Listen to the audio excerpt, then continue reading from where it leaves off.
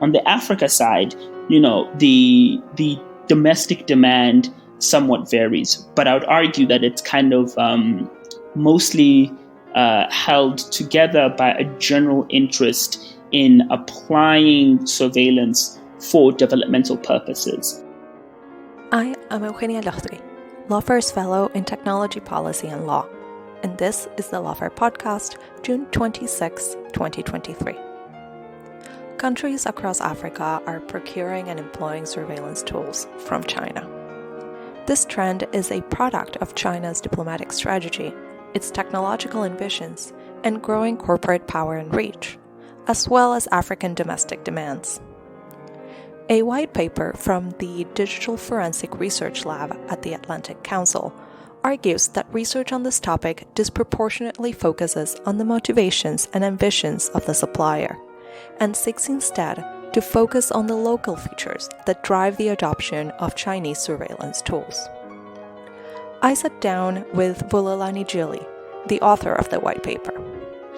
Bulelani is a fellow at the Atlantic Council's Cyber Statecraft initiative and a Meta Research Ph.D. fellow at Harvard University. We discussed the supply and demand drivers for surveillance technology in Africa, the risks to civil liberties that come from the deployment of these technologies without proper checks and balances, and how all this fits in the context of U.S China competition. It's the Lawfare Podcast for June 26, Bulelani Jili on Africa's demand for and adoption of Chinese surveillance technologies. So, Bulelani, to get us started, could you give us a bit of a kind of scene setter and talk us through kind of briefly what does China's surveillance ecosystem look like and how has it spread beyond its borders? Sure. When we're thinking about Chinese surveillance systems, particularly domestically, it's important to think of it as kind of a layered arrangement.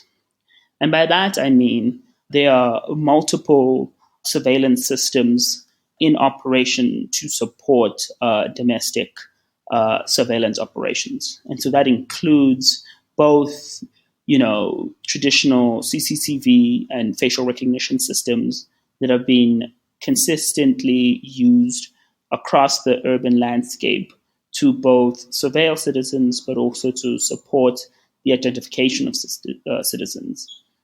And then there are other ways of kind of surveilling citizens, and that includes like the use of kind of biometrical data collection. And so, that will include effectively the collection of citizenry's data for the purposes of, surveilling those citizens.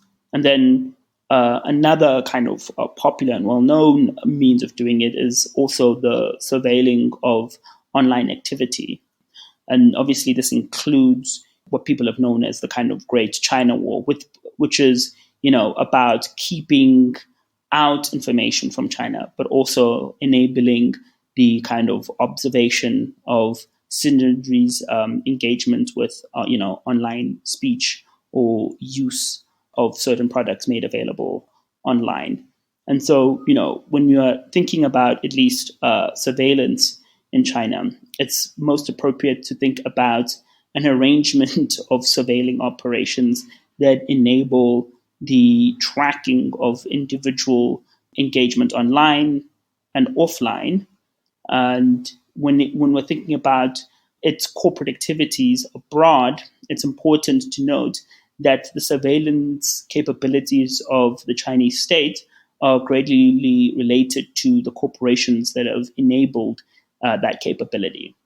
And that includes a range of companies domestically, from kind of large known companies to sometimes small startup companies. And many of these companies are now expanding their geopolitical footprint beyond that of Beijing. And what they're now doing is that they're now offering some of these tools to multiple stakeholders, both at the state level, but also at the sub-state level. And that these individual countries procuring, these multiple surveillance systems for their own kind of domestic purposes.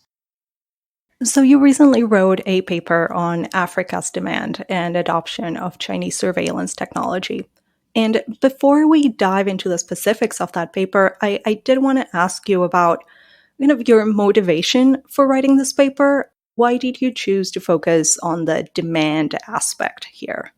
Sure. It's partly motivated by some of the current writings on China's growing geopolitical footprint, and in particular, its kind of growing technical capabilities. And so, if you kind of look into the landscape of cybersecurity research and kind of cybersecurity efforts, what is clear is that there was a general growing sense of some of the challenges that are occurring domestically in Beijing in terms of the targeting, for example, of Uyghurs and how that kind of, say, oppression, or at the very least, this kind of grown activity of surveillance in Xinjiang is contingent on some of the technical capabilities that have been allowed by private firms.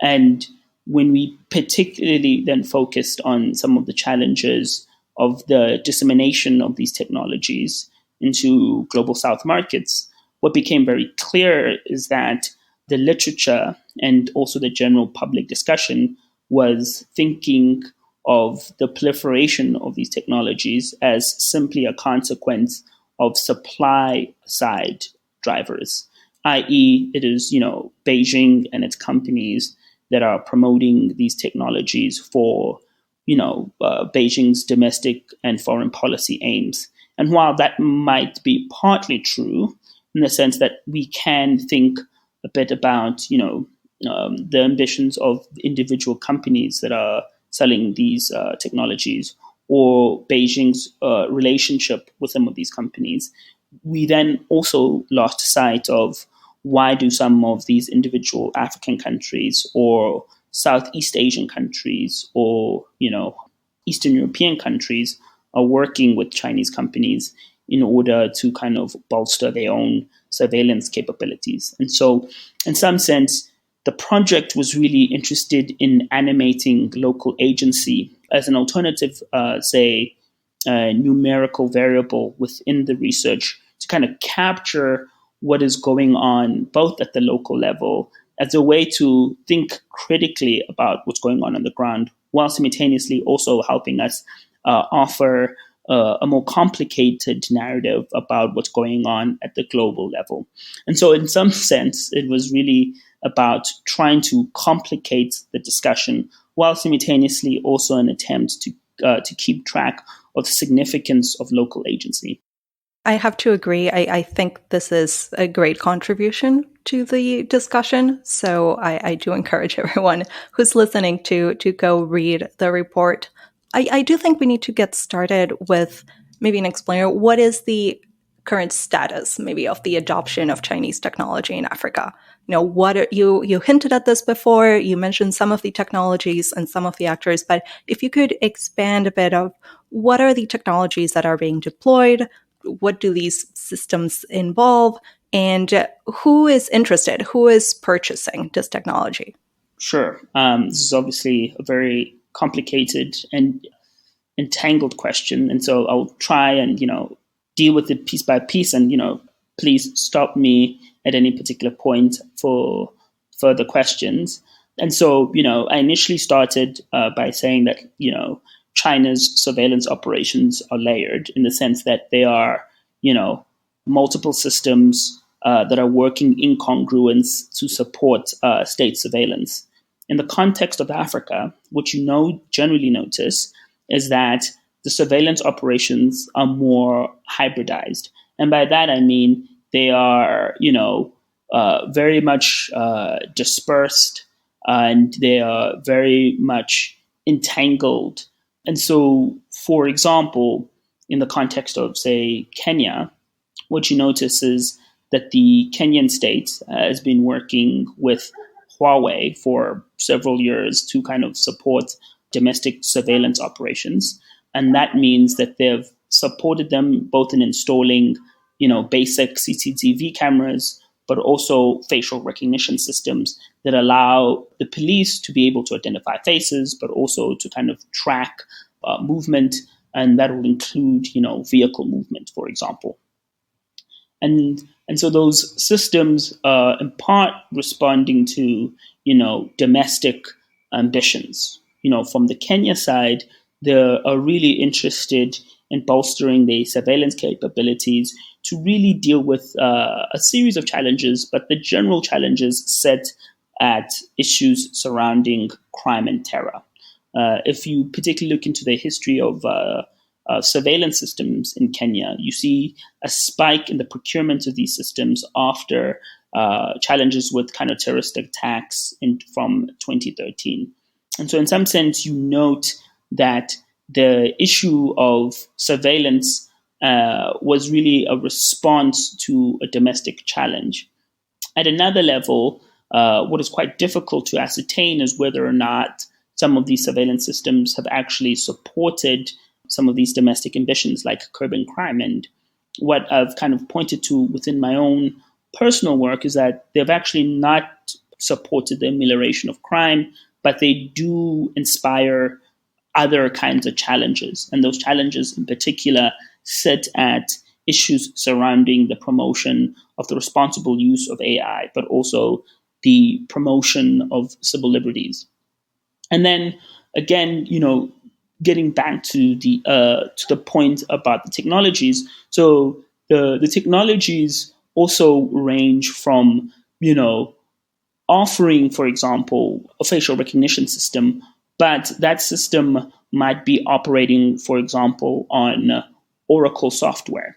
And so, these systems are not completely vertically integrated with the use of simply Chinese suppliers, but, they are integrated with other technologies that are sourced from elsewhere. And so, African governments, and in particular Kenya, seem to be procuring the surveillance system from multiple suppliers that include Chinese suppliers, but also other Western suppliers. So understanding that there are domestic differences, right? What are maybe some of the general takeaways in terms of the drivers for demand that you see? What are the maybe regional similarities, but also maybe differences between the countries in why they're looking for this type of technology?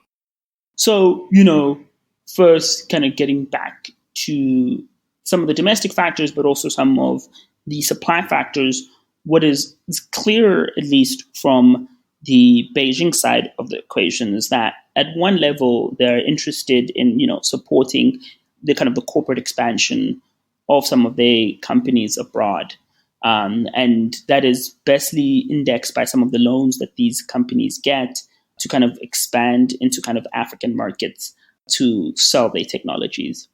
At one level, it's also kind of connected to how, for example, the Chinese state promotes the use of facial recognition systems and more generally smart city systems as an ameliorant to traditional challenges surrounding development.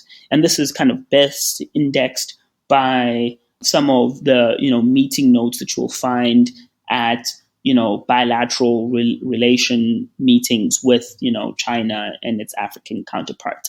You'd also see this also at kind of multilateral institutions like FOCAC, which is the main Africa-China multilateral institution, where you'd see some of Beijing's promotion of its technologies.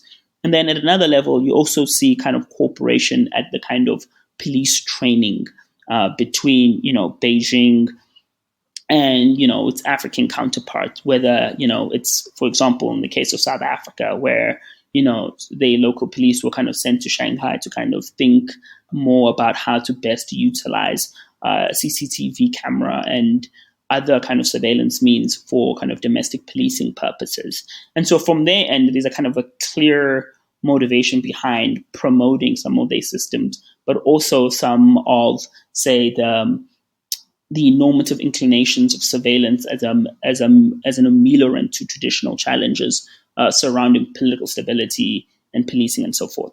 On the Africa side, the domestic demand somewhat varies, but I would argue that it's kind of mostly held together by a general interest in applying surveillance for developmental purposes. And so both, I'd argue, digital surveillance and digital infrastructure comes under the banner of development as a means to address traditional problems in the developmental space. And obviously one of those challenges is matters of public security.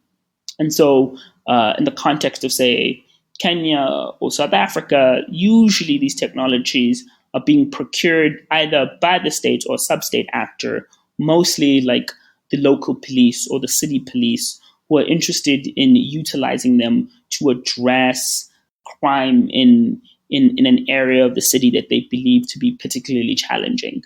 In the kind of context of Kenya, which would be a bit different from South Africa, particularly as relates to the use of these surveillances, in Kenya, there will be a huge emphasis on how they can kind of solve challenges surrounding terror. Obviously, the use of these systems, one presumes that they can actually ameliorate some of these challenges. And what I've argued in my work is that there's no direct correlation between the adoption for an AI facial recognition and surveillance system with the reduction of crime, for example. But also the challenge for the adoption of these systems simply sits at the absence of the necessary checks and balances for their use. And because that the speed of adoption of these systems sometimes lags or at least underscores the lag of the appropriate response in terms of the necessary checks and balances, it kind of exacerbates some of the general challenges that come with these technologies. And what I've, again, argued in my own personal work is that, in fact, it is the gap between the speed of adoption and the necessary checks and balances that exacerbate some of the challenges that you'll see on the continent. But also, these systems can sometimes be used to, further shore up state surveillance precisely for the misuse of them. And this is kind of illustrated in some of the examples that have kind of come out of Uganda, where, the state is precisely using some of these surveillance systems to kind of crack down on political dissidents. And so what I've at least tried to illustrate in some of my work is that, like, the unique political arrangements of a given country will then determine how these technologies are used. But if these technologies in particular come into contexts where they're simply weak legal arrangements, then the misuse of them is highly likely. And to kind of address some of these challenges, it will require not simply a response at the kind of geopolitical level in terms of how we think and engage with Beijing, but it will also include how do we think locally in terms of supporting the promotion of the necessary checks and balances that will ameliorate the challenges that surround, unwarranted surveillance, for example. Okay, so there are a lot of points there that I want us to talk a bit more about. But let's go back to the question of effectiveness. You mentioned that the correlation between the adoption of the technology and addressing the needs might not be strictly there. Can you talk a little bit more about how effective these systems actually are in addressing the development of public security needs? So, for example, when you're procuring, for example, a facial recognition system, in some sense, you're presuming a level of technical infrastructure that will be there and necessary. And so, that, would include, necessary safeguards in terms of the biometrical data being collected. And so one has to ask a question there. At another level, one is presuming, consistent power, which, many African countries in particular struggle with supply of stable power. At another level, you're then also presuming that the people who you're surveilling are in fact, the ones who are going to be kind of committing crimes. And that then presumes that, one has a clear sense of where exactly crime will be taking place in a given city. And even if, for example, one is then able to identify certain areas of a given city to be challenging, one is presuming that crime is really a consequence of being able to make, at least crime happens, when the technical gaze is not there. And that sometimes might actually not be the causal realities of crime, i.e. that crime is a rather complex causal link that is not simply contingent on whether or not, one is able to offer a means of mass surveillance. And that, in fact, crime usually is more connected with kind of social economical questions rather than technical capabilities. And so there's a general gap between, the technical application of a system and the actual underlying reasons as to why, for example, somebody might be, participating in petty theft. And so to me, much of my work in some sense is really about thinking about those gaps, but more importantly, also helping stakeholders able to address those gaps. You were talking before about the checks and balances. So what is the legal framework under which the technology is being deployed? What is there and or what is missing? I guess it's kind of take a step back, if we kind of look into the African continent, which, has over 50 states, generally, it's been somewhat documented now that about almost 60% of the countries on the continent have some kind of data protection law in place.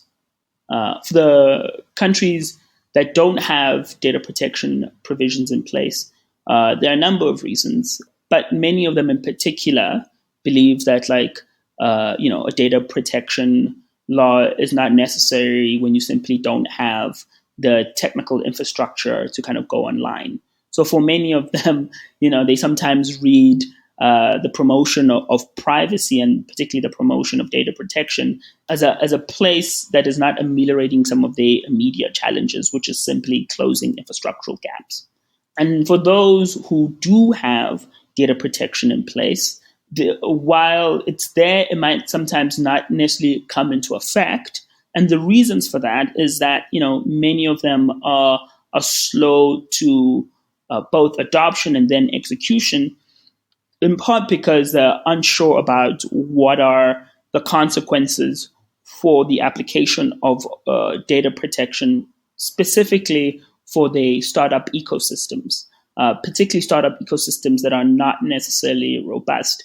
And they are slow because there's a general trepidation for sometimes making too much of a large ask for adoption of data protection for companies that, are particularly struggling. But to kind of then zoom in for a specific example, if we again, use Kenya as an example, if you look into when were some of these digital surveillance systems were applied, they were applied as early as about 2012. In fact, a company from Nanjing in particular was employed to support with the installation of first CCTV cameras and then eventually tracking cameras and then eventually facial recognition systems across Nairobi's CBD. That adoption in 2012 was not followed by any really data protection laws that specifically target the appropriate use of CCTV cameras and then facial recognition systems. And in fact, there's actually still not actually a national CCTV policy in Kenya. And they eventually was a data protection law put in place, but that law only followed several years later, about 2019. And so the data protection law of Kenya is really only, a couple of years old. But even then, I would argue even today that we're not really in the enforcement phase of data protection law. What we are in is that we're really in the promotional phase where the government is really interested in making the public aware of data protection, making corporations aware, and then also asking many of them to slowly start thinking and evaluating how to be best applied within their given, sector and their given environment. And so, there's been a lag in the kind of the necessity of checks and balances, and the reasons for that general lag at one level have to do with the speed of technology and the adoption of them, but it also partly has to do with the fact that many people didn't particularly see it as an immediate challenge to civil liberties. Many people thought that there'll be a kind of a quick and simple use of these systems, not thinking through actually what are the consequences for everyday people. And so what I've been particularly advocating within my own personal work is the need for kind of impact assessments. No impact assessments were done for the first round of the installation of these systems in the context of Kenya. And, I've been asking, in particular, Chinese companies that are willing to work with state and sub-state actors on these systems to carry out some of these assessments as a way to effectively ensure that there is a general promotion of local interests and civil liberties. So this is a really good segue into my next question, which has to do with the risks of deploying this technology. And you were just talking about the concerns around the impact on civic liberties, but there is also another category of risks that has more to do with what we could call technical challenges. So there was, for example, earlier this year, a Wired article talking about Hikvision cameras being kind of accessible by customer support without asking for login information, or the fact that they could be set up to identify minorities. So could you maybe expand a little bit on what those challenges look like? Is this being discussed in the countries that you study? And if so, what is kind of the narrative around them?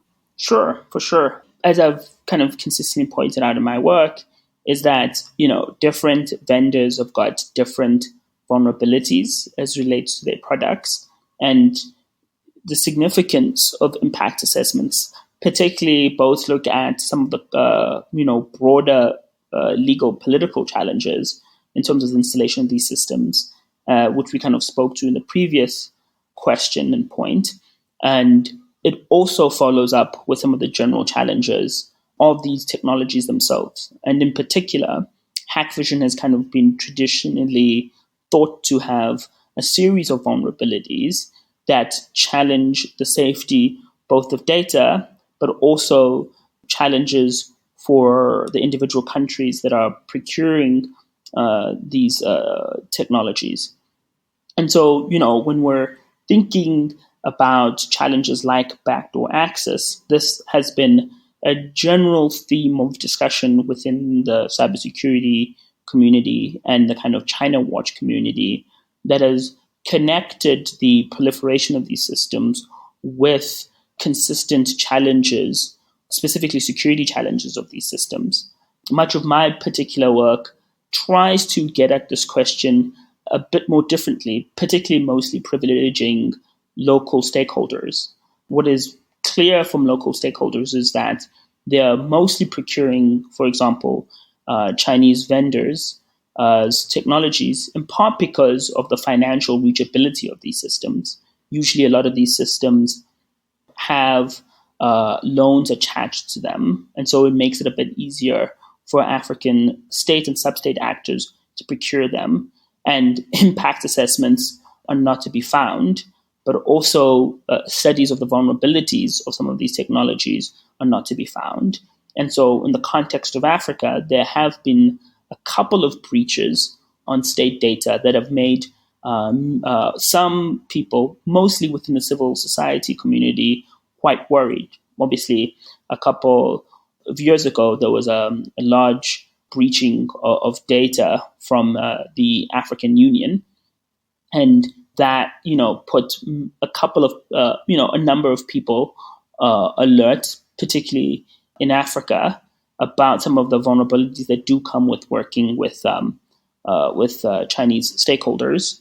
And obviously, again, a couple of weeks ago, there was another discovery of Chinese hackers trying to get at local data, particularly local data about loan payments. And so the challenge of backdoor access is, I believe, now becoming more prevalent in some of the countries that I study. And they're beginning to think about, what are the general best responses to some of these challenges.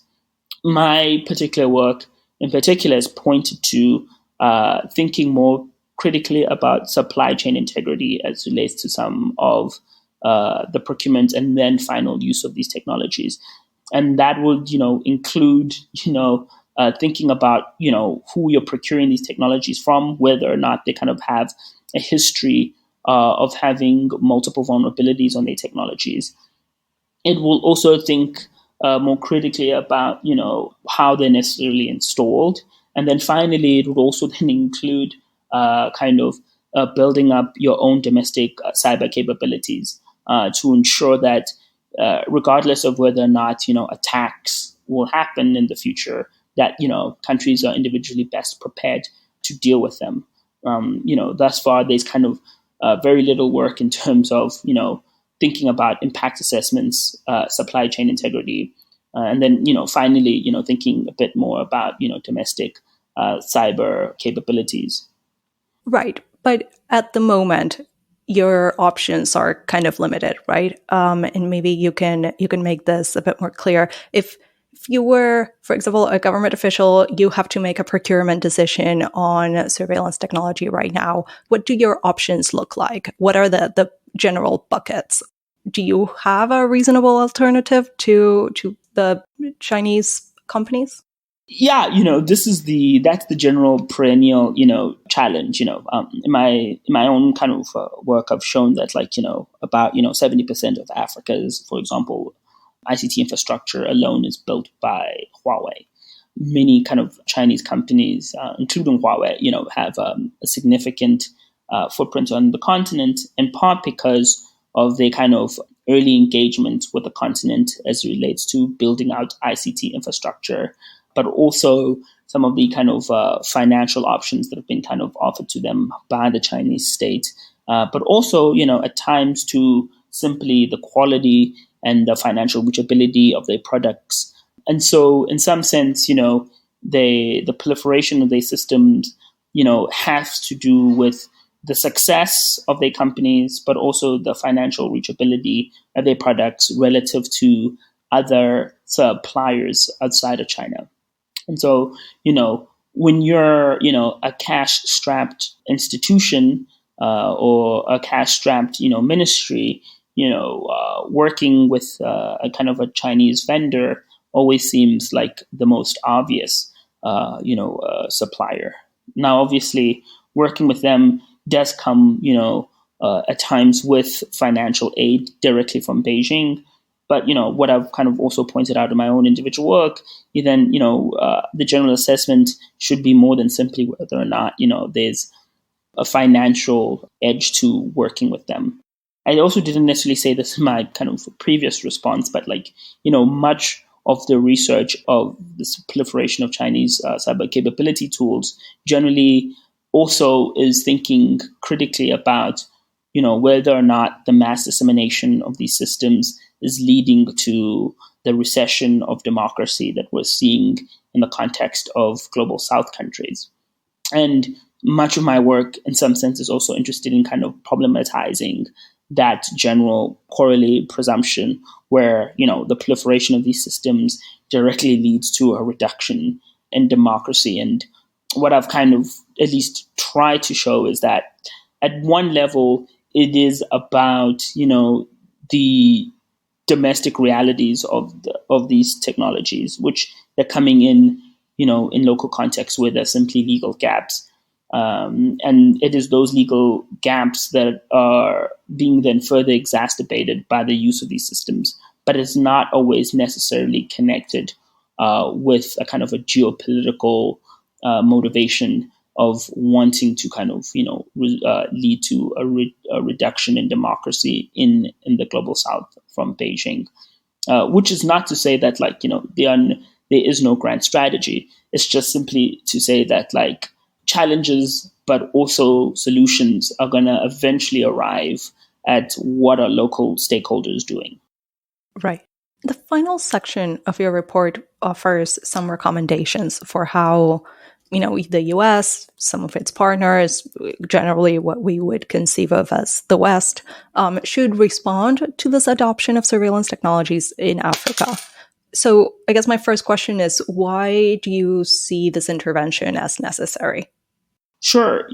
At one level, it's simply about, promoting and supporting civil liberties in the global south. At another level, it's really about helping, the United States and its stakeholders understand their interests in the global south, which are both about, helping preserve democratic commitments and norms, but it's also about, helping them understand why, for example, Beijing and Chinese companies have such a strong hold in global South markets. It's not, simply, contingent on Beijing diplomatic strategy or consistent engagement with, say, African stakeholders, although that is part of the story. Beijing has been quite active in trying to engage with African countries quite consistently for the last several decades. But it is also partly connected with the companies in particular who have kind of taken the global south as, let's say, a laboratory of expansion, where the competition in kind of Western markets seemed rather daunting. And so moving towards the global south was almost like a bit of a training ground for them to kind of expand their capabilities and knowledge of what does it mean to do business outside your home market. And, Africa in particular was a place in which they didn't necessarily always have to deal with fierce competition from Western companies. And so much of their general lessons are, in fact, in terms of being a large company, were learned in Africa. And so, helping people understand some of those general nuances, both at the level of kind of diplomatic engagement with the global south, but also the corporations, and, finally kind of promoting kind of civil liberties, was the motivations behind that section of the paper. Right. So it's hard to have this conversation and not talk about U.S. China competition in general. So maybe you could place everything that we've been talking about in that context. How is it a part of it? And how do you see maybe both U.S. and Chinese Africa policy being different, or, taking this issue into consideration? Sure. Well, obviously, I'd say we're living in the aegis of increasing tensions between the US and China. And in all fronts, they seems to be competition. And this competition is obviously going to require a stage to kind of enact itself. And, in my work, I've been particularly pointing out that it seems as though that the global south, and in particular Africa, is functioning as a stage for competition. Obviously, Chinese companies in particular have been consistently engaging with Africa and have a particular stronghold on the continent.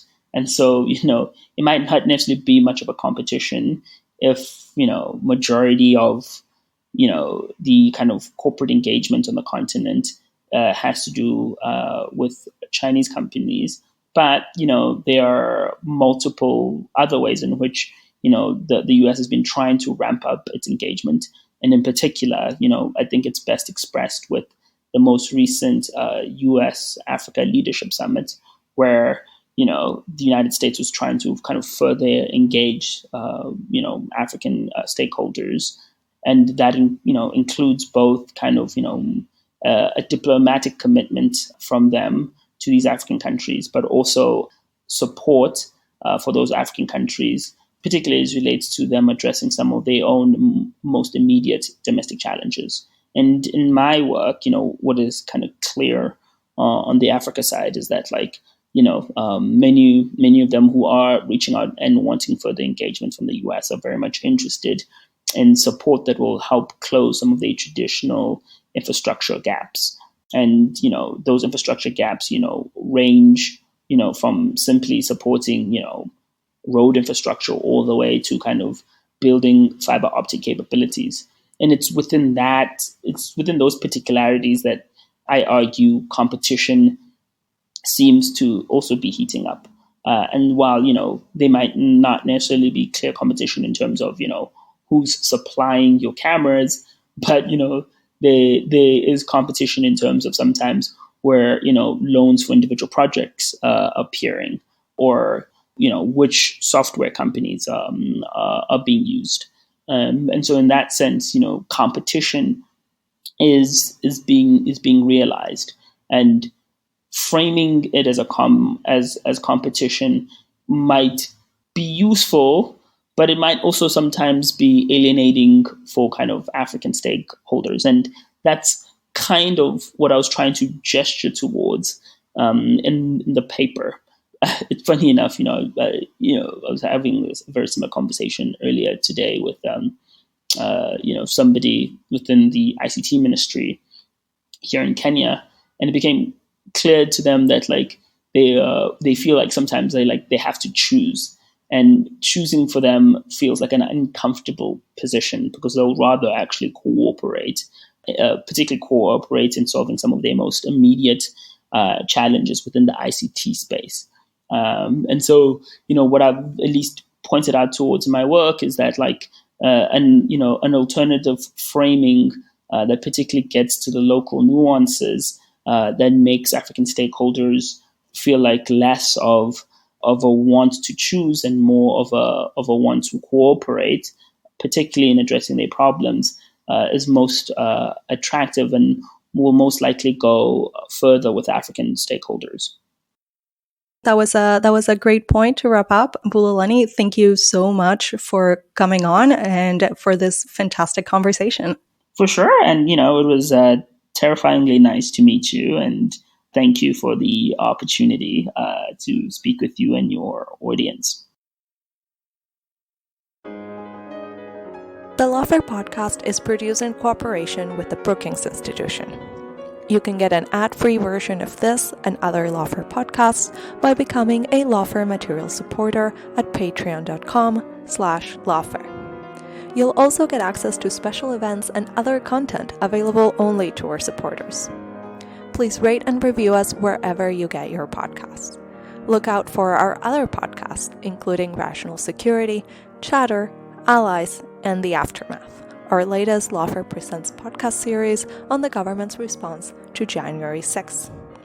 Check out our written work at lawfareblog.com. The podcast is edited by Jan Patya Howell, and our audio engineer this episode was Noam Osmond of Goat Rodeo. Our music is performed by Sophia Yan. As always, thank you for listening.